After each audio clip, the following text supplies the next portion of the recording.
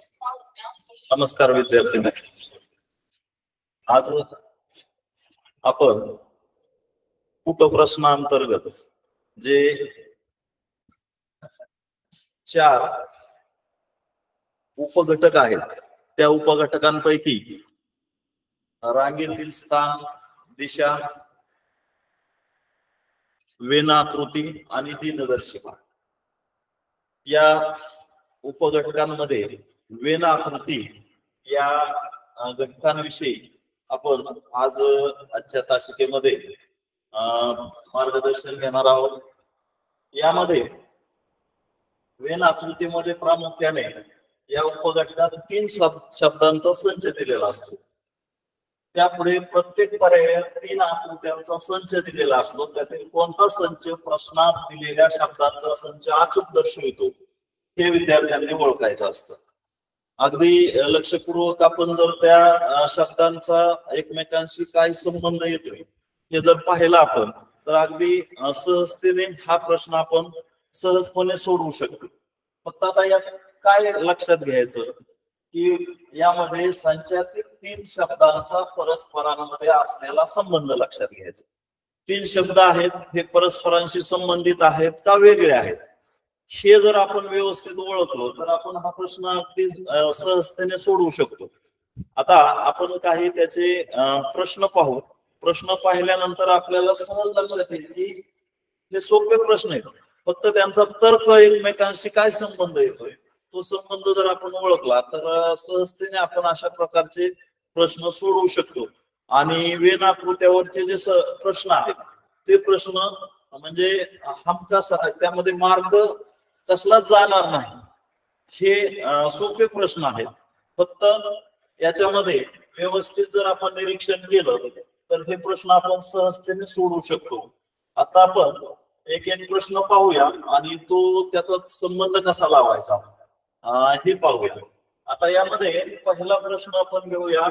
त्यामध्ये सजीव, कावळा व झाड दाखवण्यासाठी पुढीलपैकी कोणती वेनाकृती योग्य आहे. आता सजीव, कावळा, झाड तर आपण विचार केला तर सजीवांमध्ये कावळा व झाड हे दोन्ही येतात. सजीवांमध्ये प्राणी येतात आणि वनस्पती पण येतात. आता प्राण्यांमध्ये कावळा आहे आणि वनस्पतीमध्ये झाड आहे, त्याच्यामुळं हे दोन्हीही सजीवच आहेत. मग जर आपण या 4ही आकृत्यांचं जर निरीक्षण केलं तर सजीवांमधलेच हे उपघटक आहेत, प्राणी आणि वनस्पती. मग आता कावळा पक्षी आहे म्हणजे प्राणीच आहे आणि झाड वनस्पती आहे. मग ह्या 4ही आकृत्यांमध्ये जर आपण 4 नंबरच्या आकृतीवर जर विचार केला तर मोठा जो गोल आहे तो सजीवाचा आहे आणि हा एक स्वतंत्र गोल तो कावळा आहे आणि दुसरा स्वतंत्र गोल हा झाडाचा आहे. म्हणजे प्राणी आणि वनस्पतींचे जे 2 गट आहेत ते आकृती क्रमांक 4 मध्ये अगदी सहज आपल्याला लक्षात येते की यामध्ये हे सजीव, कावळा व झाड हे दाखवण्यासाठी आकृती क्रमांक 4 मध्ये जी वेनाकृती आहे ती आपल्याला या ठिकाणी त्या प्रश्नाचं हे अचूक उत्तर आहे. पुढे जाऊया आपण. पुढे आणखी पाहू. दुसरा प्रश्न पाहू. प्रश्नात दिलेले घटक कोणत्या वेनाकृतीशी अचूक जुळतात तो पर्याय निवडा. वर्ग संख्या, त्रिकोणी संख्या आणि पूर्णांक संख्या. आता कोणता घटक याच्याशी जुळतोय ते पाहायचं आहे. वर्ग संख्या, त्रिकोणी संख्या आणि पूर्णांक संख्या. आता वर्ग संख्या, त्रिकोणी संख्या या पूर्णांक संख्येमधलेच हे भाग आहेत, पण वर्ग संख्या आणि त्रिकोणी संख्या वेगवेगळ्या आहेत. आता वर्ग संख्यामध्ये आणि त्रिकोणी संख्यामध्ये जर आपण पाहिलं तर उदाहरणार्थ त्रिकोणी संख्यामध्ये 36 ही संख्या आहे. 36 ही संख्या त्रिकोणी संख्यामध्ये येते आणि वर्ग संख्येमध्ये पण. मग सगळ्या तर ह्या दोन्ही मिळून पूर्णांक संख्या आहेत. म्हणजे पूर्णांक संख्येचा मोठा एक वर्तुळ आणि त्रिकोणी संख्या आणि वर्ग संख्या 36 ही एक अशी संख्या आहे, समजा 36 सारख्या संख्या आहेत, त्या त्रिकोणी संख्या पण आहेत आणि वर्ग संख्या सुद्धा आहेत. म्हणून पर्याय क्रमांक 3 हा जो पर्याय आहे तो मोठा गोल येतोय पूर्णांक संख्येचा असा, आणि वर्ग संख्या आणि त्रिकोणी संख्या ह्या काही संख्या त्रिकोणी संख्या आहेत, काही संख्या वर्ग संख्या आहेत. त्यासाठी एक आपण 36चं उदाहरण घेतलं.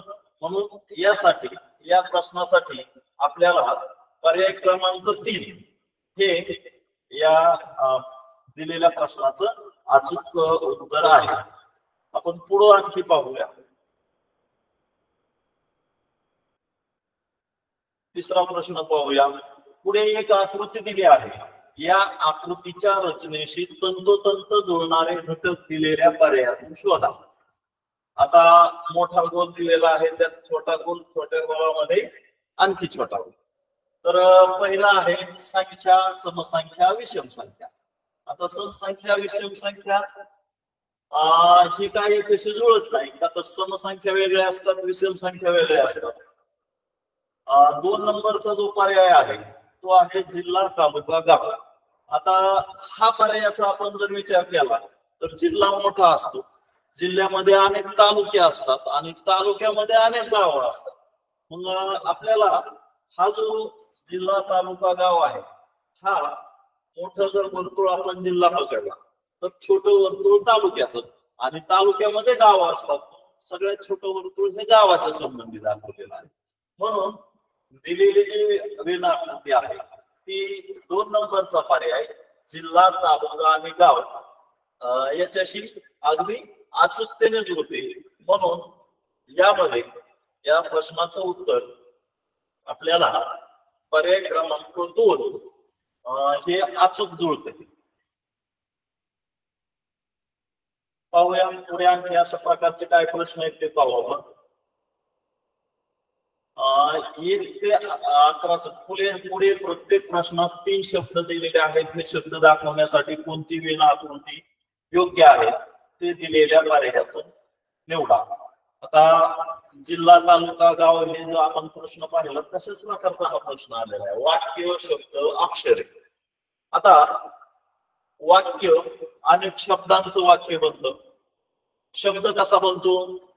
अनेक अक्षर एकत्र केले की शब्द बनतो, आणि अक्षर सुट्टे सुट्टे असतात. क, ख, ग, घ हे सुट्टे अक्षर. या 4ही आकृत्यांचं जर आपण निरीक्षण केलं तर वाक्य म्हणजे मोठा घटक आहे, त्याच्यामध्ये शब्द त्यातला छोटा घटक आणि अक्षर त्यातला छोटा घटक. मग ह्या सगळ्या 4ही आकृत्यांचं जर आपण निरीक्षण केलं, वाक्य म्हणजे हा मोठा त्रिकोण, शब्द त्यातला आणखी छोटा भाग शब्द, आणि त्याच्यातला सगळ्यात छोटा भाग तो म्हणजे अक्षर. म्हणून या दिलेल्या ज्या आकृत्या आहेत या आकृत्यांमध्ये आपल्याला पर्याय क्रमांक 4 हा योग्य वाटतोय आणि तो संबंधित वेन आकृतीशी जुळतोय. म्हणून पर्याय क्रमांक 4 हे या प्रश्नाचं उत्तर आहे. पुढे जाऊया. आता पुढे हा प्रश्न आहे सोलापूर, पंढरपूर, महाराष्ट्र. आता सोलापूर आपला महाराष्ट्रामधला जिल्हा, पंढरपूर हे तीर्थक्षेत्र आहे ते सोलापूर जिल्ह्यातलं आहे, आणि महाराष्ट्र राज्यातलेच हे दोन्ही शहर आहेत. 2 अचूक पर्याय निवडा. आता आपण जर पाहिलं महाराष्ट्र राज्यातला सोलापूर जिल्हा आणि सोलापूर जिल्ह्यातलं पंढरपूर गाव. मग आपण जर या 4 नंबरच्या पर्यायावर गेलो, मोठा जो त्रिकोण आहे तो महाराष्ट्र, त्याच्या आतमधला त्रिकोण आहे तो सोलापूर जिल्हा, आणि सोलापूर जिल्ह्यामधलं त्याच्या आतला जो त्रिकोण आहे तो पंढरपूर तालुक्याचा ठिकाण. म्हणून पर्याय क्रमांक 4 हा आपल्याला बरोबर पर्याय आहे. त्याच्यानंतर 2 अचूक पर्याय ओळखायला सांगितलेले आहेत. दुसऱ्या बाजूने जर आपण असा विचार केला, महाराष्ट्र राज्य आणि महाराष्ट्र राज्यातली ही 2 शहर आहेत, पंढरपूर एक आहे आणि सोलापूर एक आहे. मग हा जो मोठा चौकोन आहे तो जर आपण महाराष्ट्र राज्य समजला तर एक आहे सोलापूर आणि दुसरं आहे पंढरपूर. म्हणून दोन अचूक पर्याय निवडा. याच्यामध्ये हे पर्याय क्रमांक 3 हा बरोबर आहे आणि पर्याय क्रमांक 4 सुद्धा बरोबर आहे. मग या पद्धतीने आपण दोन अचूक पर्याय आपण या ठिकाणी ओळखलेले आहेत. एक प्रश्न आणखी पाहू आणि त्यानंतर आपण पुढचे थोडेसे मध्यम आणि त्यानंतर शेवटी आपण काठीण्य पातळी वाढवत वाढवत पुढचे प्रश्न पाहणार आहोत. पूर्ण संख्या, समसंख्या आणि मूळ संख्या. आता पूर्ण संख्येमध्येच या समसंख्या आणि मूळ संख्या असतात. आता पूर्ण संख्यामध्ये जर पूर्ण संख्या हे आपण जर मोठं वर्तुळ समजलं की बाबा ते पूर्ण संख्येचं आहे, तर ह्या वेगवेगळ्या आहेत. समसंख्या आणि मूळ संख्या या वेगवेगळ्या आहेत. मग त्यामध्ये सगळ्या ज्या मूळ संख्या आहेत या दोन जर सोडली तर बाकीच्या सगळ्या मूळ संख्या विषम संख्या आहेत. म्हणून हे जर पूर्ण संख्येचं मोठं वर्तुळ आपण समजलं तर ही समसंख्येचं एक वर्तुळ आणि त्याच्याच मध्ये त्याला छेदणारं छोट हे मूळ संख्येचं वर्तुळ. आता छेदणारं का, तर फक्त एक दोन अशी एक संख्या आहे. ही दोन संख्या ही समसंख्या आहे आणि मूळ संख्या आहे. म्हणून आपल्याला यामध्ये दोन या संख्येमुळं पर्याय क्रमांक 1 मध्ये जे दिलेलं आहे तर ते पर्याय क्रमांक 1 मधलं मोठं वर्तुळ हे पूर्ण संख्येचं आहे. त्यानंतर एक समसंख्येचं आणि मूळ संख्येचं त्याला छेदणार. म्हणून पर्याय क्रमांक 1 हा दिलेल्या चारही पर्यायामध्ये योग्य पर्याय वाटतो. आता पुढचा एक प्रश्न पाहूया आपण.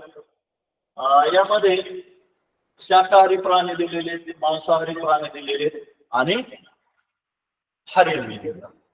आता प्राण्यांमध्ये शाकाहारी आणि मांसाहारी दोन वेगवेगळे प्रकार आहेत.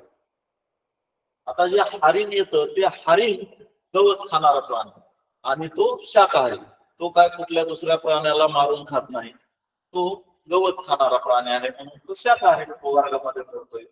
मग आता शाकाहारी मांसाहारी वेगवेगळे भाग आहेत.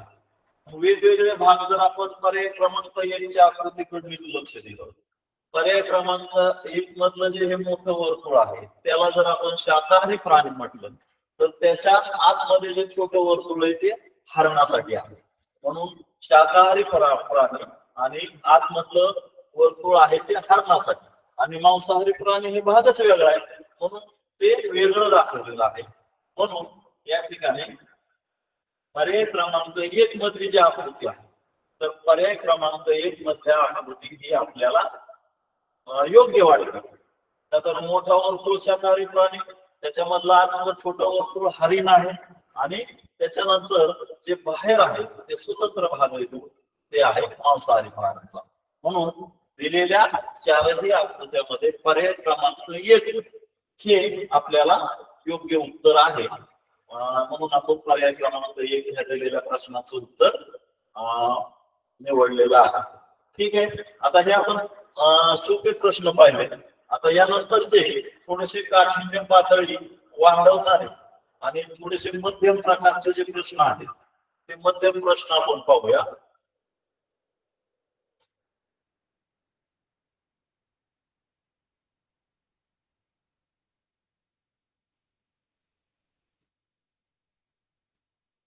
वेन आकृतीमध्ये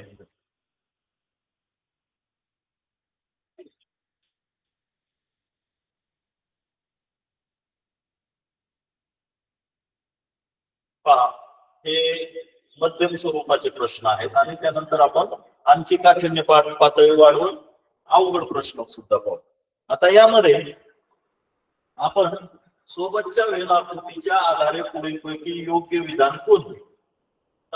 दिलेली वेन आकृती आहे या ठिकाणी मी स्क्रीनवर या ठिकाणी दिसते आहे. ही वेन आकृतीमध्ये त्रिकोणामध्ये दाखवलेले हे खेळ खेळणारे खेळाडू आहेत. वर्तुळामध्ये व्यंगचित्रकार आहेत आणि चौकोनामध्ये लेखक आहेत. आता आपण त्यांनी जी विधानं 4 केलेली आहेत त्या एक एक विधान पाहू आणि त्यानुसार कोणतं विधान बरोबर आहे आणि कोणतं चूक आहे ते पाहू. सुरुवातीला 4 लेखकांना फक्त व्यंग चित्रकला आवडते.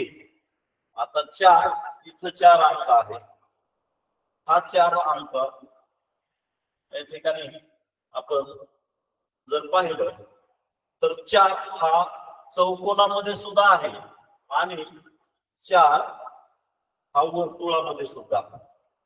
या ठिकाणी हा 4 चौकोनात पण आहे आणि वर्तुळात पण आहे. म्हणजे काय अर्थ आहे 4चा काय अर्थ आहे? ते व्यंगचित्रकार पण आहेत आणि ते लेखक पण आहेत. हे 4 जे आहेत व्यंगचित्रकार पण आहेत आणि लेखक पण आहेत. म्हणजे 4 लेखकांना फक्त व्यंगचित्रकला आवडते. हा बरोबर पर्याय आहे. ते बरोबर दर्शवते. त्यानंतर दुसरं विधान आहे 9 व्यंगचित्रकारांना खेळात रस आहे. आता 9 अंक पाहायचा. हा 9 अंक वर्तुळात आहे. ते व्यंगचित्रकार आहे पण त्यांना खेळात रस आहे. खेळाचा त्रिकोण आहे ते त्रिकोणात येत नाही. त्रिकोणात येत नाही म्हणजे त्यांना खेळ आवडत नाही. पण ते म्हणजे 9 व्यंगचित्रकारांना खेळात रस आहे. हे 9 जण आहे ना ते फक्त व्यंगचित्रकारच आहेत. त्यांना खेळ काही आवडत नाही. म्हणून हे जे दुसरं विधान आहे ते चूक आहे. तिसरं विधान पाहू आपण. तिसरं विधान आहे 8 खेळाडू फक्त व्यंगचित्रकार आहेत. आता 8 अंक पाहूया. 8 त्रिकोणामध्ये पण आहे आणि वर्तुळामध्ये पण आहे. मग 8 हा दोघांमध्ये बी आहे. 8 खेळाडू फक्त व्यंगचित्रकार आहेत. बरोबर. या ठिकाणी त्रिकोणामध्ये असल्यामुळे ते खेळाडू आहेत आणि वर्तुळामध्ये पण असल्यामुळे ते व्यंगचित्रकार पण आहेत. म्हणून पर्याय क्रमांक 3 हा जुळतोय दिलेल्या माहितीशी. 8 खेळाडू फक्त व्यंगचित्रकार आहेत. त्याच्यानंतर आपण चौथा विधान आहे 7 खेळाडू फक्त लेखक आहेत. आता 7 अंक जर आपण पाहिला तर हे 7 तीनही प्रकारात मोडणारी मुलं आहेत. यांना व्यंगचित्रकला पण येते, लेखक पण आहेत आणि खेळाडू पण आहेत. पण हे म्हणतात की 7 खेळाडू फक्त लेखक आहेत. तर ते विधान चुकीचं आहे. फक्त लेखक असणारे हे 5 मुलं आहेत. त्याच्यामुळे पर्याय क्रमांक 4 जो आहे तो सुद्धा अयोग्य वाटतो. मग आता आपल्याला काय ओळखायला सांगितलंय? वेन आकृतीच्या आधारे पुढील योग्य विधान कोणते? तर 2 योग्य विधान आहेत. एक म्हणजे 4 लेखकांना फक्त व्यंगचित्रकला आवडते. हे एक विधान बरोबर आहे.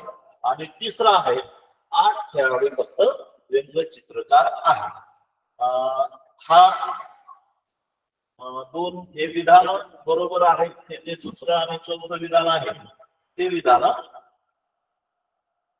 चुकीचे आहे. ठीक आहे. आपण पुढच्या प्रश्नांकडे जाऊ.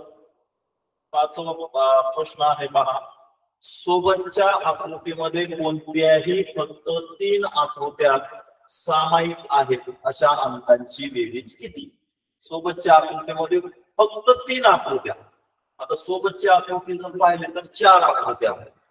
या ठिकाणी बाहेरचं हे मोठं आयत आहे, त्याच्यामध्ये त्रिकोण आहे, त्याच्यामध्ये वर्तुळ आहे आणि सगळ्यात आतमध्ये या ठिकाणी चौरस आहे. अशा प्रकारच्या 4 आकृत्या दिलेल्या आहेत. आणि 4 आकृत्यामध्ये 3 आकृत्या फक्त 3, 4 नाही सांगितलं त्यांनी फक्त सांगितलं की फक्त 3 आकृत्यात सामायिक. आता फक्त 3 आकृत्यामध्ये सामायिक आहे. जर आपण लक्षपूर्वक जर पाहिलं तर 3 आकृत्यामध्ये हा 6 एक येतोय पहा. हा 6 3 आकृत्यामध्ये सामायिक आहे. हा जो 7 आहे हा सुद्धा 3 आकृत्यामध्ये सामायिक आहे. आणि दुसरा घटक म्हणजे हा 8, हा जो 8 दिलेला आहे तो सुद्धा 3 आकृत्यामध्ये सामायिक आहे. मग आता नुसतं सामायिक आहे ओळखायचं नाही तर सोबतच्या आकृतीमध्ये कोणत्याही फक्त 3 आकृत्यात सामायिक आहे अशा अंकांची बेरीज किती? आता आपल्याला अशा अंकांची बेरीज पाहावी लागेल. 6 अधिक 7 अधिक 8 हे सामायिक अंक आहेत. अशा सामायिक अंकांची बेरीज 6 आणि 7 13 आणि 13 आणि 8 21 यांची बेरीज 21 येते. आपण जर पर्याय क्रमांकावर गेलो तर 4 नंबरचा जो पर्याय आहे तो 21 आहे, म्हणून दिलेल्या प्रश्नामध्ये 21 हे उत्तर बरोबर आहे, पर्याय क्रमांक 4. ठीक आहे, आपण पुढे जाऊया. पुढे आणखी थोडे थोडे अवघड होत जाणारे प्रश्न आहेत ते पण पाहूया.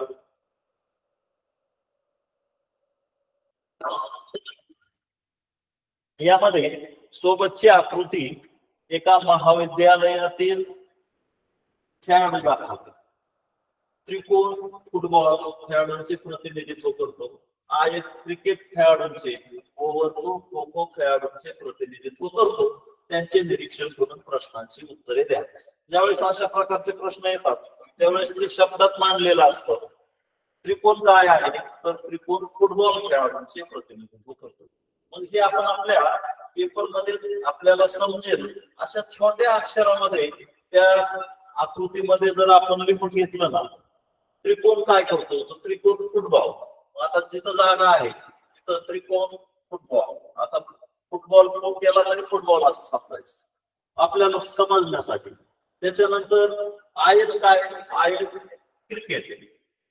क्रिकेट मधला एक पहिला अक्षर जरी आपण लिहिलं तरी ते क्रिकेट खेळणारे आहेत मुलं आहेत असं.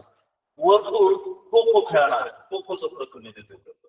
अशा पद्धतीने आपण जर लिहून घेतलं तर आपल्याला लगेच कळतंय त्रिकोणातली मुलं फुटबॉल खेळतात, वर्तुळातली मुलं खो खो खेळतात, आयतातली मुलं क्रिकेट खेळतात. आता हे आपल्या लक्षात आल्यानंतर आपण काय प्रश्न विचारलाय ते पाहू. फुटबॉल व क्रिकेट खेळणारे पण खो खो न खेळणारे. आता फुटबॉल व क्रिकेट, आता क्रिकेट आयतामध्ये आहे आणि फुटबॉल त्रिकोणामध्ये आहे. फुटबॉल खेळते क्रिकेट खेळते, दोन्ही खेळ खेळते.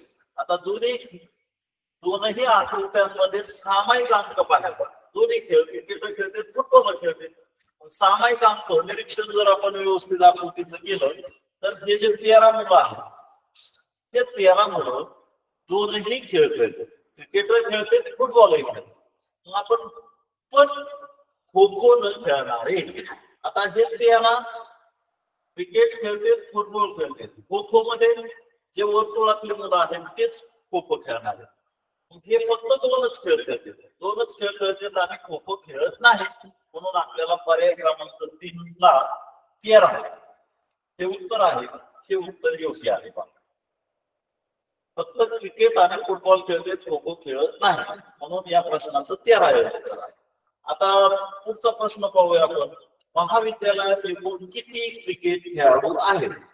महाविद्यालयामध्ये एकूण किती क्रिकेट खेळाडू आहेत? आता क्रिकेट दाखवलाय आयतामध्ये. आयतामध्ये किती एकूण मुलं? ते एकूण मुलं आपल्याला त्यांची बेरीज करावं लागेल. त्यावेळेस लक्षात येईल की त्या कॉलेजमध्ये महाविद्यालयामध्ये नेमके क्रिकेट खेळणारे मुलं किती. पाहूया आपण. सुरुवातीला त्यांची बेरीज करूया. ते 12 मुलं क्रिकेट खेळणारे आहेत. त्यानंतर 9 मुलं हे सुद्धा क्रिकेट खेळणारे आहेत. 13 मुलं क्रिकेट खेळणारे आहेत आणि हे 10 मुलं. या सगळ्यांची आपण बेरीज करू आणि जो बेरीज आहे तेवढे मुलं क्रिकेटमध्ये भाग घेणारे आहेत, ते आवडीने खेळणारे आहेत. पहा या ठिकाणी 12 आणि 9 21, 21 आणि 3 24 आणि 10 34, 34 आणि 10 44. अशा प्रकारची आपण तोंडी जर बेरीज केली तर तोंडी बेरीज केल्यानंतर आपल्याला उत्तर येते की या महाविद्यालयामध्ये एकूण 44 मुलं असे आहेत की त्यांना क्रिकेट खेळायला आवडतं. म्हणून महाविद्यालयात एकूण किती क्रिकेट खेळाडू आहेत तर 44 क्रिकेट खेळाडू आहेत असं आपल्याला या ठिकाणी उत्तर मिळत आहे. त्याच्यानंतर आपण पुढच्या प्रश्नाकडे जाऊ.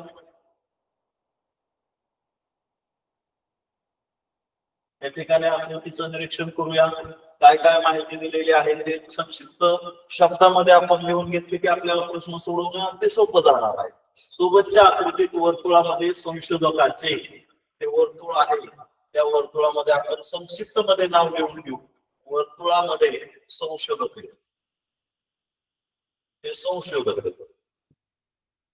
त्याच्यानंतर आयत राजकारणी लोकांचे, हे जे आयतामधले लोक आहेत हे राजकारणी आहेत.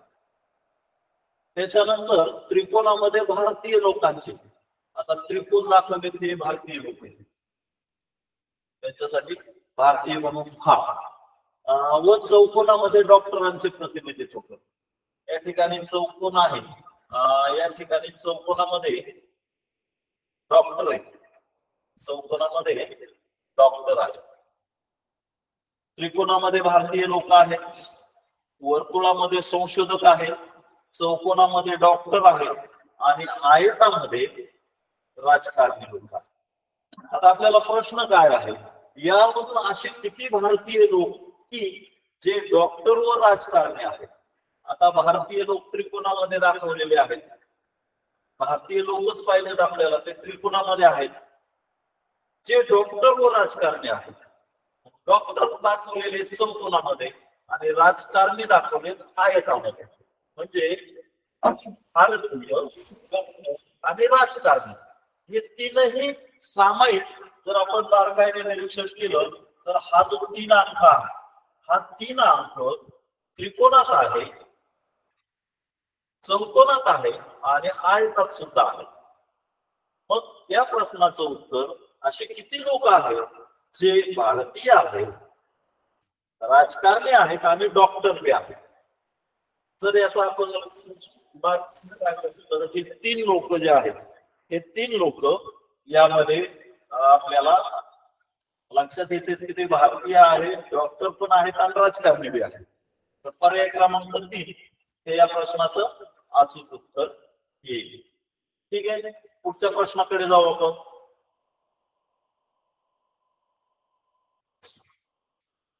सोबतच्या आकृती ए महिलांची संख्या दर्शविते.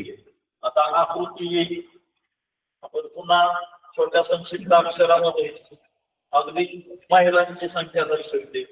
आकृती ए म्हणू आपण याला, म्हणजे महिला.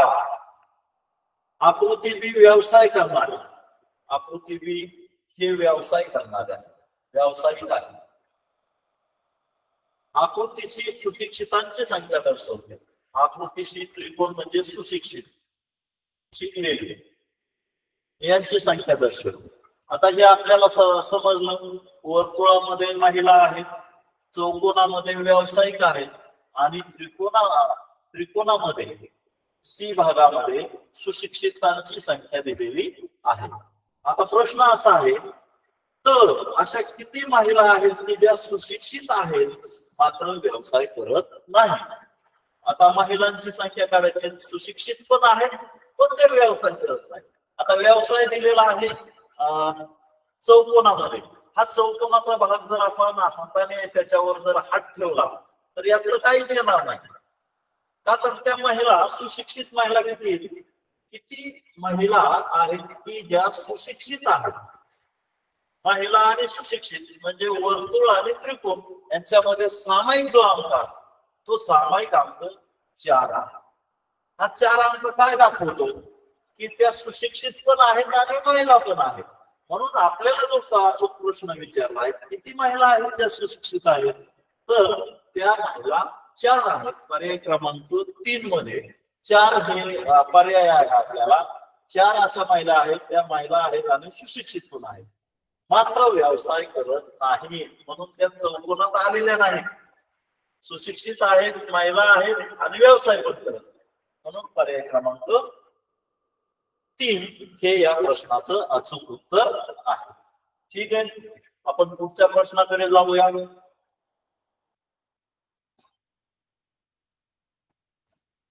पाहूया पुढचा प्रश्न.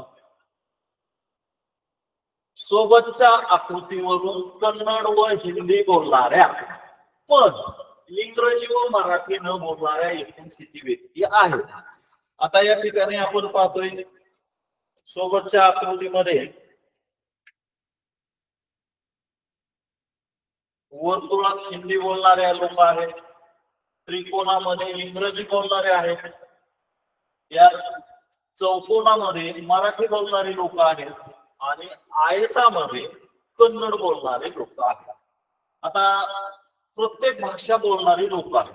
4 आकृत्या दिलेल्या आहेत. 4 आकृत्यामध्ये वेगवेगळे संख्या दिलेल्या आहेत. आपण जर बारकाईने जर या आकृतीकडे निरीक्षण केलं तर थोडेसे आकृत्या वाढले की आपली जम्पलिंग वाटतात, थोडेसे आपल्याला गोंधळ वाटल्यासारखं जात. पण असे प्रश्न सोपे असतात. नीट जर आपण बारकाईने पाहिलं तर आता हे जे दिलेल्या अंकांचं आपण जर पृथक्करण केलं, जर त्याचं पाहिलं की बाबा आता हे 8 अंक आहेत, मग कन्नड बोलणार फक्त त्यांना कन्नडच येईल, बाकी काही नाही, दुसऱ्या कुठल्या भाषा येत नाही. ही 8 असे लोक आहेत की त्यांना फक्त त्यांचीच भाषा येते, कन्नडच बोलते. त्याच्यानंतर फक्त बोलणारे ते आपण ओळखले की बाकीचे प्रश्न आपल्याला सुटायला काही अवघड नाही.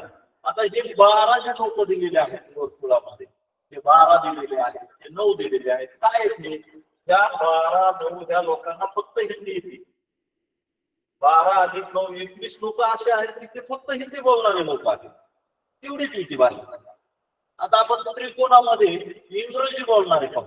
आता इंग्रजी बोलणारे हे 19 लोक आहेत ना, त्यांना फक्त इंग्रजी, दुसऱ्या कुठल्याच भाषा येत नाही, एकच भाषा येणारे लोक.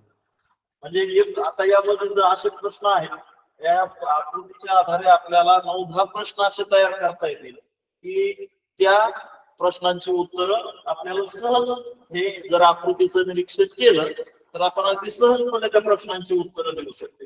फक्त हिंदी बोलणारे, फक्त कन्नड बोलणारे, फक्त इंग्रजी बोलणारे, फक्त मराठी बोलणारे, असे प्रश्न, असे 4 प्रश्न झाले 4 आकृतीचे. मग काहींना 2 भाषा येतात, काहींना 3 भाषा येतात, आणि काही असे लोक आहेत की त्यांना या 4ही भाषा बोलता येतात. पण आपल्याला प्रश्न तो विचारलेला नाही. आपल्याला प्रश्न काय विचारलेला आहे, सोबतच्या आकृतीवरून कन्नड व हिंदी बोलणाऱ्या पण इंग्रजी व मराठी न बोलणाऱ्या एकूण किती व्यक्ती आहेत. आता आपण जर नीट बारकाईने विचार, कन्नड हा भाषा बोलणारे दिलेले तर आयतामध्ये आणि हिंदी बोलणारे दिले वर्तुळामध्ये. आता दुसरा पुढे त्यांचा प्रश्न आहे, पण इंग्रजी व मराठी न बोलणारे एकूण किती व्यक्ती आहेत. आता इंग्रजी मराठी बोलणारे आहेत, इंग्रजी बोलणारे आहेत त्रिकोणामध्ये, मराठी बोलणारे आहेत चौकोनामध्ये. मग चौकोनात पण नको, त्रिकोणात पण नको, अशी किती आहेत की फक्त त्यांना कन्नड येते आणि हिंदी येते. आकृतीचं जर निरीक्षण केलं तर या 4 अंकाकडे लक्ष द्या. या 4 अंक त्रिकोणात पण नाही आणि तो चौकोनात पण नाही.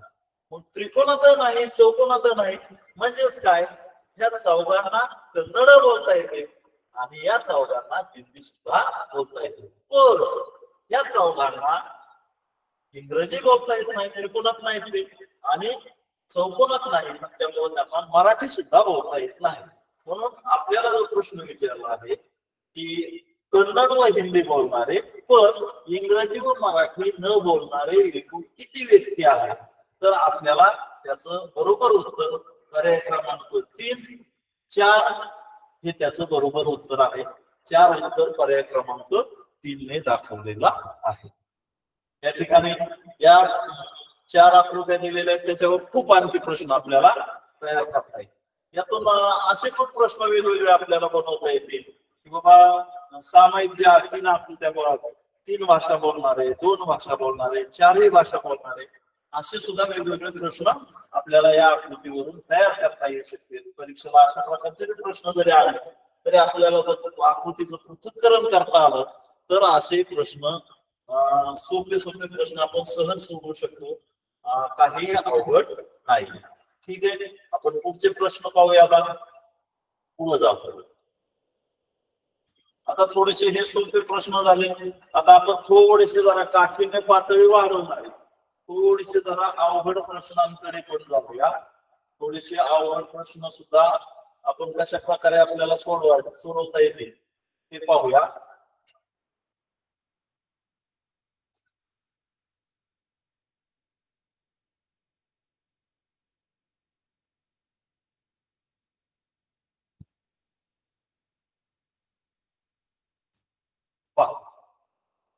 आता या ठिकाणी थोडेसे वेगळे प्रश्न आहेत, थोडेसे अवघड प्रश्नाकडे आपण जात आहोत. प्रश्न 1 ते 4 साठी सूचना, खालील वेळापट्टीचे निरीक्षण करून खालील प्रश्न सोडवा. आता 3 प्रकारच्या आकृत्या दिलेल्या आहेत. या ठिकाणी हा जो आयत आहे, या आयतामध्ये लगोर खेळणारी मुलं दाखवलेली आहे. लगोर खेळणारी मुलं या आयतामध्ये दाखवलेली आहेत. आट्यापाट्या खेळणारी मुलं वर्तुळामध्ये दाखवलेली आहेत. आणि त्या ज्या त्रिकोणामध्ये आहेत ती लपंडाव खेळणारी 3 वेगवेगळे खेळ प्रकार खेळणारी ही विद्यार्थी आहेत. आता प्रश्न काय आहे ते आपण पाहूया. प्रश्न वाचला की आपल्याला नेमकं काय उत्तर अपेक्षित आहे त्यांना हे समजलं. सर्व खेळ खेळणाऱ्या मुलांची संख्या ही फक्त लपंडाव हा खेळ खेळणाऱ्या मुलांच्या संख्येपेक्षा कितीने जास्त आहे. आता सर्व खेळ खेळणारे मुलं म्हणजे 3ही खेळ खेळायला येतात त्या मुलांना. जर नीट बारकाईने जर आपण पाहिलं तर 3ही खेळ खेळता येणारी मुलं हे त्रिकोणात आहेत, वर्तुळात आहेत आणि आयतात सुद्धा आहेत. ह्या 15 जी मुलं आहेत या 15 मुलांना 3ही खेळ अगदी व्यवस्थित खेळता येते, म्हणून हे 15 विद्यार्थी 3ही खेळ खेळणार आहेत. पण प्रश्न काय आहे, सर्व खेळ खेळणाऱ्या मुलांची संख्या ही फक्त लपंडाव हा खेळ खेळणाऱ्या मुलांच्या संख्येपेक्षा कितीने जास्त आहे. आता सर्व खेळ 15 जणांना येते आणि लपंडाव खेळणारे किती आहेत ते आपल्याला पाहावं लागेल. लपंडाव खेळणारे ही 8 मुलं अधिक ही 3 मुलं, 8 आणि 3 11. सर्व खेळ खेळणारी 15 मुलं आहेत, वजा 11 मुलं ही 8 आणि 3 11 ही लपंडाव खेळणारे आहेत. म्हणजे 15तून 11 गेले तर 4 राहतील. म्हणून 4 पर्याय क्रमांक किती नंबरला पर्याय आहे 4, पर्याय क्रमांक 3 हे त्याचं अचूक उत्तर आहे. पुढचा प्रश्न पाहूया आपण. पुढचा प्रश्न आहे, फक्त लगोर खेळ खेळणाऱ्या मुलांपेक्षा फक्त लगोर खेळ खेळणार. आता लगोर खेळ आयतामध्ये दाखवलेला आहे. फक्त लगोर खेळ खेळणारे हे 7 आणि हे 21. 7 अधिक 21 बरोबर 28 मुलं असे आहेत फक्त लगोर खेळ खेळतो. फक्त लगोर खेळ खेळणाऱ्या मुलांपेक्षा फक्त लपंडाव खेळ खेळणाऱ्या मुलांची संख्या कितीने कमी आहे. आता फक्त लपंडाव खेळणारी हे दोन्ही खेळणारे आहेत 28 आणि फक्त लपंडाव खेळणारे आहेत 8 आणि 3 11. म्हणजे 28 वजा 11 जर केले तर आपल्याला लक्षात येईल की 28 मुलं हे लगोर खेळणारे आणि 8 आणि 3 11 ही मुलं लपंडाव खेळणारी. 28 मधून जर 11 वजा केले तर आपल्या लक्षात येईल की 28 मधून 11 गेले 17. 17 जी मुलं आहेत ती मुलं याचा अचूक उत्तर आहे. कितीने कमी आहे तर 17ने कमी आहे. म्हणून पर्याय क्रमांक 3 17 मुलं कमी आहे. त्याच्यानंतर पुढचा पर्यायावर जाऊ आपण. पुढच्या प्रश्नाकडे जाऊ. पुढचा प्रश्न आहे, फक्त लगोरी व फक्त लपंडाव हे खेळ खेळणारी एकूण किती मुलं आहेत. आता फक्त लगोरी खेळणारे तर आपण काढले हे 7 आणि 21 दोन्ही मिळून झाले 28. 28 फक्त लगोरी खेळणारी मुलं आहेत. फक्त लपंडाव खेळणारी ही 11 मुलं आहेत, 8 आणि 3 11. मग या दोघांची जर बेरीज केली आपण 28 अधिक 11 जर केली तर फक्त लगोरी खेळणारे अधिक फक्त लपंडाव खेळणारे तर ती बेरीज येते 39. फक्त लगोरी आणि फक्त लपंडाव फक्त लपंडाव हे खेळ खेळणारी मुलं किती आहेत तर ती मुलं आहेत 28 अधिक 11 म्हणजेच 39. अशा प्रकारचे सोपे सोपे प्रश्न आहेत. जर आपण व्यवस्थित बारकाईने पाहिले तर ते सहज सोडवता येतील. खाली अजून एक प्रश्न आहे तो पाहू आपण. खालचा प्रश्न आता आकृती पण दिसते आणि प्रश्न पण दिसतोय. अशा पद्धतीने पहा. चौथा प्रश्न आहे आणखी. चौथा प्रश्न असा आहे, 3ही खेळ खेळणारी एकूण किती मुलं आहेत. आता 3ही खेळ खेळायला येते तर ते आपण पहिल्याच उत्तर त्याचं काढलेलं आहे. ही जी 15 मुलं जी आहेत त्यांना आट्यापाट्या खेळायला येते, लगोरी खेळायला येते आणि लपंडावही खेळायला येते. म्हणून 3ही खेळ खेळणारी एकूण 15 मुलं. अशा प्रकारचं हे सहजतेने आपण जर बारकाईने निरीक्षण केलं तर अशा प्रकारचे सोपे सोपे प्रश्न आहेत. सहजपणे आपण ते सोडवू शकतो. ठीक आहे, आपण आणखी काही अशा प्रकारचे प्रश्न पाहूया.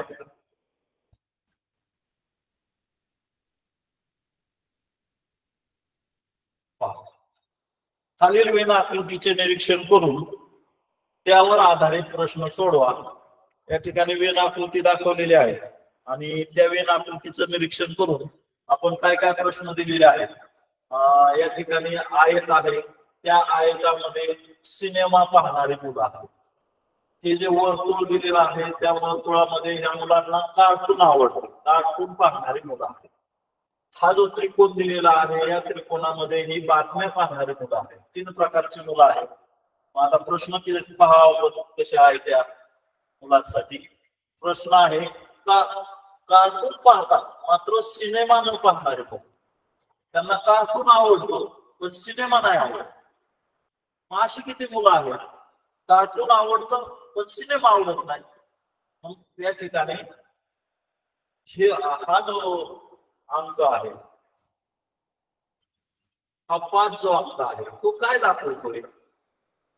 तो आपल्याला दाखवतोय की या मुलांना सिनेमा नाही आवडत, तर ते आयतामध्ये नाही टाकत.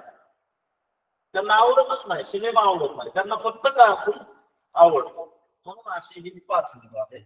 या ठिकाणी पर्याय क्रमांक 2 आहे. त्या पर्याय क्रमांक 2 वरती या ठिकाणी ही मुलं दिलेली आहेत. आता पुढचा प्रश्नाकडे जाऊ आपण.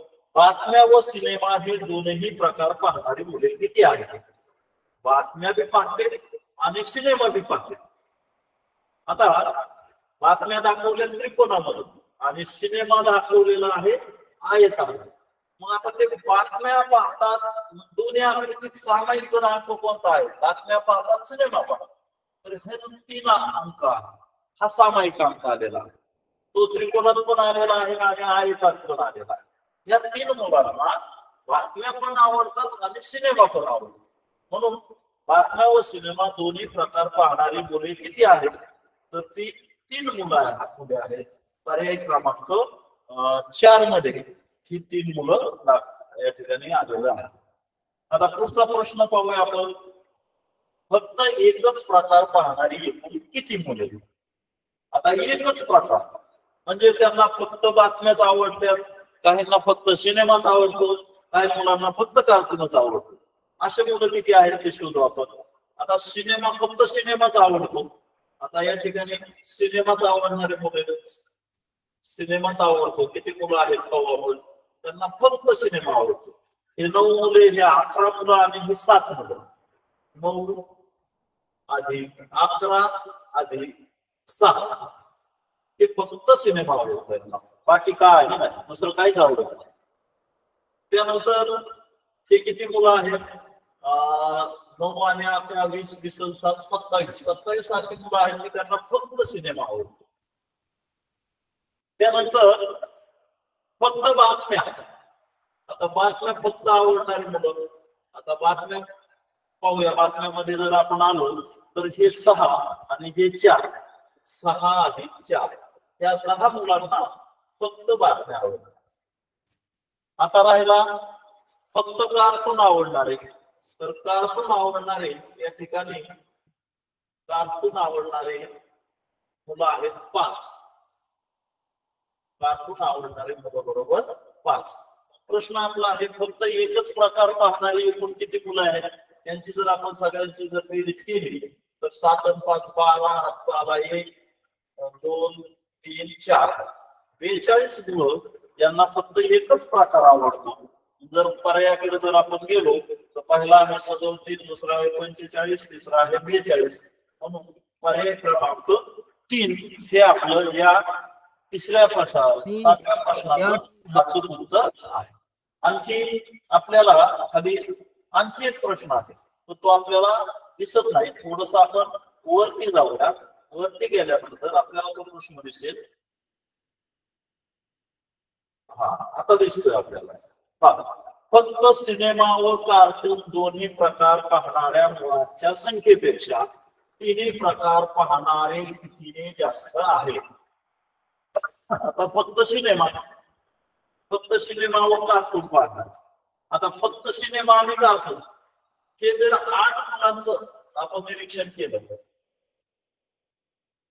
या 8 मुलांचं जर आपण निरीक्षण केलं तर या 8 मुलांना सिनेमा आणि कार्टून हे दोन्ही बी आवडतात.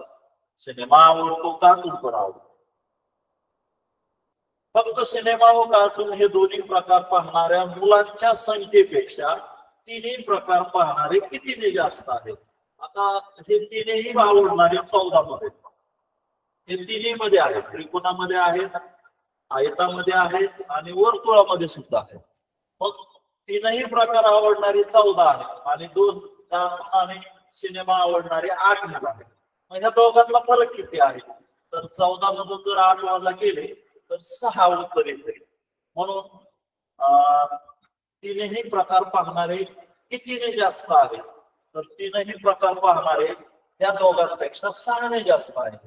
म्हणून पर्याय क्रमांक ए हे या प्रश्नाचं अचूक उत्तर आहे. ठीक आहे, आपण आणखी पुढचे प्रश्न पाहूया.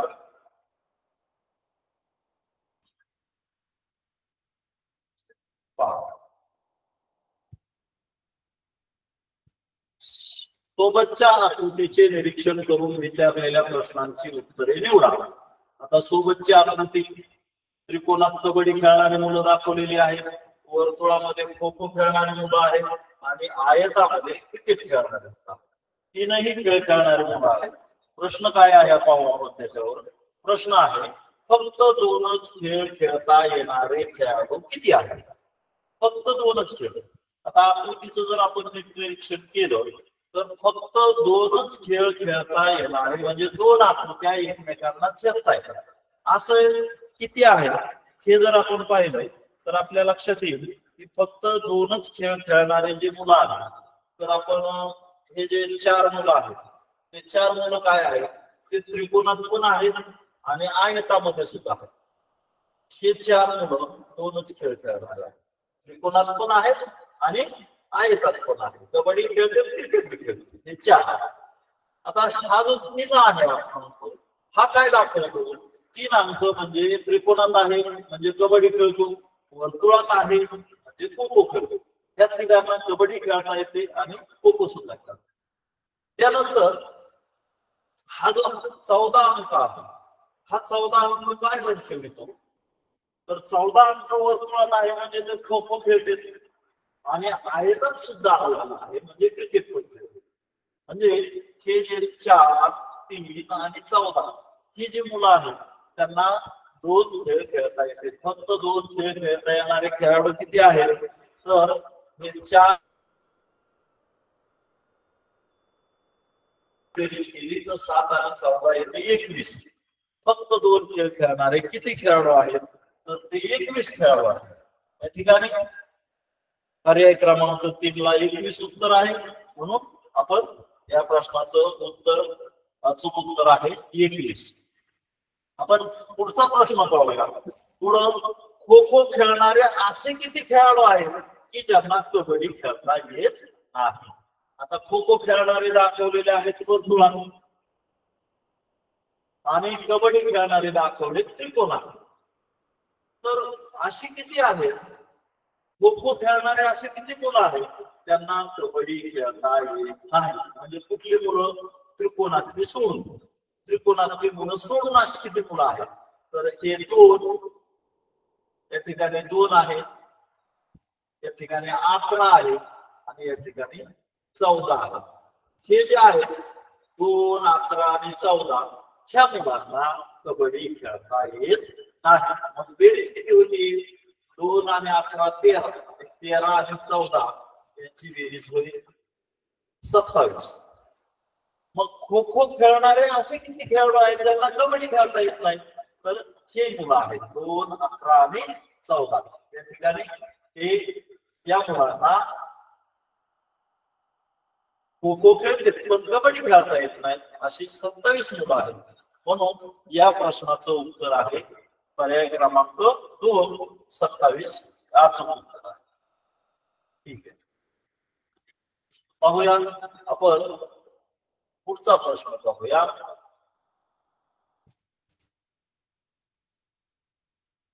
पहा, सोबतच्या वेन आकृतीनुसार व्यावसायिक असलेले कारागीर साक्षर कोणत्या अक्षरांनी दाखवले आहेत? आता या ठिकाणी व्यावसायिक असणारे कारागीर, आता व्यावसायिक दाखवले त्रिकोणामध्ये, या त्रिकोणामध्ये व्यावसायिक आहेत.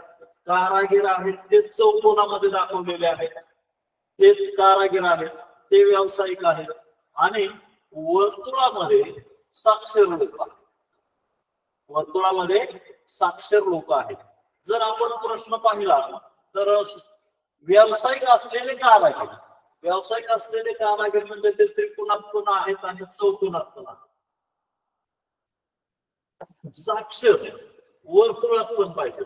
जर नीट निरीक्षण केलं जर आपण तर त्रिकोणात आहेत, चौकोनात आहेत आणि वर्तुळात पण आहेत, असे जर आपण जर पाहिले कारागीर तर आपल्याला या ठिकाणी हे एफ आणि जी हे जे आहेत लोक, हे लोक व्यावसायिक आहेत म्हणजे त्रिकोणात आहेत, कारागीर आहेत म्हणजे चौकोनात आहेत आणि साक्षर आहेत म्हणजे वर्तुळात सुद्धा आहेत. या ठिकाणी हे लोक एफ आणि जी हे जे आहेत, पर्याय क्रमांक 4 मध्ये एफ आणि जी हा या प्रश्नाचं अचूक उत्तर आहे. हे लोक व्यावसायिक आहेत, कारागीर आहेत आणि साक्षर सुद्धा. तर हे पर्याय क्रमांक 4 हे या प्रश्नाचं अचूक उत्तर आहे. पुढचा प्रश्न पाहूया आपण. पुढील वेद आकृतीत एका शाळेतील खेळाडूंची संख्या दिलेली आहे. आकृतीचे निरीक्षण करून पुढील प्रश्नांची उत्तरे पर्यायातून निवडा. आता या ठिकाणी शाळेतली मुलं आहेत, पण 3 प्रकारचे खेळ आहेत. हा जो अष्टकोन आहे त्या अष्टकोनामध्ये बुद्धिबळ खेळणारे मुलं आहेत. हा जो चौकोन दाखवलेला आहे या चौकोनामध्ये हॉकी खेळणारे मुलं आहेत. आणि हा पुन्हा एक आकृती दिलेली आहे त्यात क्रिकेट खेळणाऱ्यांची संख्या दाखवलेली आहे. आता प्रश्न आपल्याला काय विचारलाय, बैठे खेळ खेळणारे एकूण किती खेळाडू आहेत? आता 3 प्रकारचे खेळ आहेत बघा, क्रिकेट आहे, हॉकी आहे आणि बुद्धिबळ आहे. आता बैठे खेळ म्हणजे मैदानात न खेळता ते बसून घरामध्ये खेळू शकतो आपण, कुठेही बसून खेळता येणारा खेळ फक्त यामध्ये बुद्धिबळ आहे. मग आता बुद्धिबळ खेळणारे एकूण किती खेळाडू आहेत? बुद्धिबळ कशात दाखवलं आहे तर हा जो अष्टकोन आहे त्या अष्टकोनामध्ये बुद्धिबळ खेळणारे एकूण खेळाडू दाखवले आहेत. मग किती आहेत ते आपल्याला त्यांची बेरीज करावी लागेल. हे 8 विद्यार्थी आहेत बुद्धिबळ खेळणारे, हे 4, हे 5 आणि हे 2 असे एवढे बुद्धिबळ खेळणारे खेळाडू आहेत. 8 आणि 4 12, 12, 12, 17, 17 आणि 2 19. हे 19 जे आहेत हे 19 लोक फक्त बैठा खेळाडू आहेत, ते बुद्धिबळ खेळणारे आहेत. पर्याय क्रमांक 2 हे त्याचं अचूक उत्तर आहे. त्याच्यानंतर पुढचा प्रश्न याच्यावरच आहे, फक्त बुद्धिबळ खेळणाऱ्यांची संख्या ही 3ही खेळ खेळणाऱ्या खेळाडूंच्या शेकडा कितीने जास्त आहे? आता आपण थोडस वरती घेऊया याला, म्हणजे आपल्याला आकृती पण दिसेल आणि खालचा प्रश्न सुद्धा दिसेल. ठीक आहे. आता समोर जर लक्ष आपण दिलं तर असं लक्षात येतंय की फक्त बुद्धिबळ खेळणाऱ्यांची संख्या आपल्याला वरचा आकृती दिसणं गरजेचं आहे. ठीक आहे, आता आपल्या लक्षात येतंय बरोबर. आता फक्त बुद्धिबळ खेळणारे 8 मुलं आहेत, त्यांना फक्त बुद्धिबळच येतं. 8 मुलांना बुद्धिबळ खेळता येते फक्त. पुढे काय म्हटलंय, फक्त बुद्धिबळ खेळणाऱ्यांची संख्या ही 3ही खेळ खेळणाऱ्या खेळाडूंच्या शेकडा कितीने जास्त आहे? आता या ठिकाणी आकृतीचं निरीक्षण केलं तर हे जे 5 विद्यार्थी आहेत ना, या 5 विद्यार्थ्यांना बुद्धिबळ पण खेळता येतं, हॉकी खेळता येतं आणि क्रिकेट पण खेळता येतं. मग हे 5 विद्यार्थी 5 मुलं आहेत. मग आता प्रश्न फक्त बुद्धिबळ खेळणाऱ्यांची संख्या ही तीनही खेळ खेळणाऱ्या खेळाडूंच्या कितीने जास्त आहे. आता बुद्धिबळ खेळणारे तर जास्त आहेत आपल्या लक्षात येते. बुद्धिबळ खेळणारे 8 आहेत तर किती खेळणारे 5 आहेत. म्हणजे कितीने जास्त आहे. 8 वजा जर 5 आपण केलं तर 3ने जास्त आहे. 3ने जास्त आहे. मग एकूण जर 5 असतील तर 5 म्हणजे 3ने जास्त बुद्धिबळ खेळणार आहे. मग 100 पैकी किती 100ला किती तर 100ला आपण असं समजू की बाबा एक्स जास्त असते. 5ला जर 3 जास्त तर 100ला किती जास्त. तर आपण याचा जर तिरकस गुणाकार केला तर याचं आपल्याला असं उत्तर काढता येऊ शकतं. 5 गुणिले एक्स बरोबर 100 गुणिले 3 असं जर समीकरण आपण मांडलं तर कितीने जास्त आहेत ते आपल्याला कळत. एक्स बरोबर 100 गुणिले 3 छेद 5 ही जर क्रिया केली तर 5 गुणे 10 आणि 0 वर 20 गुणिले 3 एक्स बरोबर 20 गुणिले 3 60. मग उत्तर आपल्याला 60 येतं. किती टक्क्याने जास्त आहे तर 60% जास्त आहे. बुद्धिबळ खेळणारे 60% जास्त आहेत मुलं तीनही खेळ खेळणाऱ्यांपेक्षा. म्हणून आपल्याला या ठिकाणी एक्स बरोबर 1 नंबरचा जो पर्याय आहे 60%. तर या प्रश्नाचं हे 60% हे पर्याय क्रमांक 1 अचूक उत्तर आहे. ठीक आहे. पुढच्या प्रश्नाकडे जाऊ आपण. हा पण आता शेवटचा प्रश्न आहे. पहा लक्ष द्या. शेजारच्या वेन आकृतीतील त्रिकोणात डॉक्टर वर्तुळात. आता डॉक्टर त्रिकोणात आता आपण मांडून घेऊया. या ठिकाणी त्रिकोण म्हणले की डॉक्टर त्रिकोणात डॉक्टर आहे. संक्षिप्त मध्ये मांडून घेऊ. वर्तुळात शेतकरी हे वर्तुळ आहे. या वर्तुळातले शेतकरी आहेत. शे मांडून घेतला आपल्या समजण्यासाठी. त्यानंतर षटकोनामध्ये लेखक आहेत. हा षटकोन आहे. हे लेखक आहेत. त्याच्यानंतर पुढे चौकोनात सुतार दाखवले आहेत. हा चौकोन आहे त्याला सुकोन म्हणजे सुतार. आता नीट जर आपण लक्ष दिलं तर आपल्या असं लक्षात येतंय की प्रश्न काय विचारलेला आहे पाहू आपण. शेती करणारे सुतार कोणत्या अक्षरांनी दाखवले आहेत. आता शेती करणारे सुतार दाखवले चौकोनांनी. शेती करणारे दाखवले ते वर्तुळाने. मग अशी लोक पाहिजेत आपल्याला जे शेती करते तर सुतार काम करते. म्हणजे चौकोनात पण आहेत आणि वर्तुळात पण आहेत.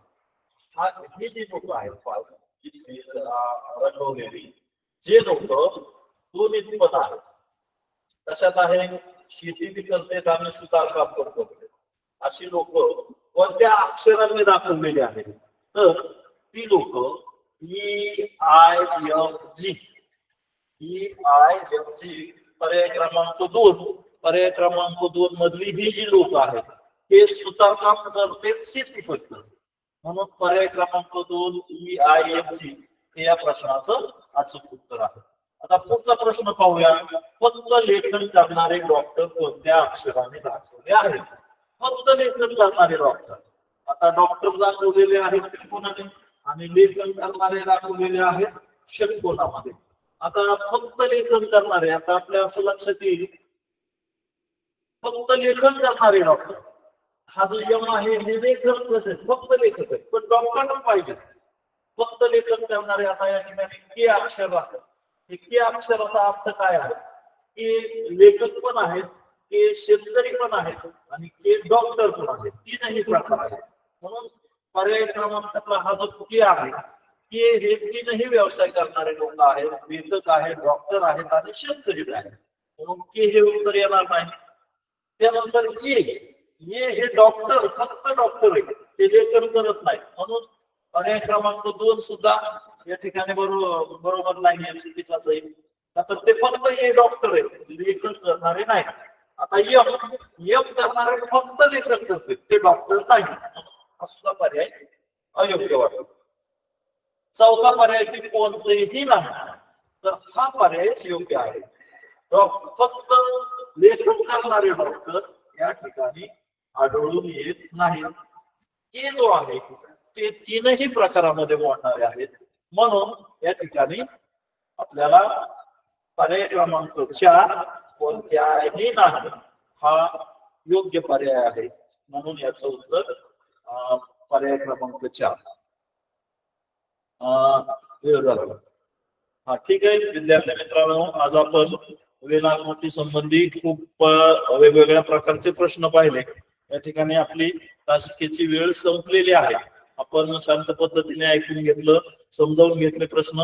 सर्वांचं मनपूर्वक धन्यवाद.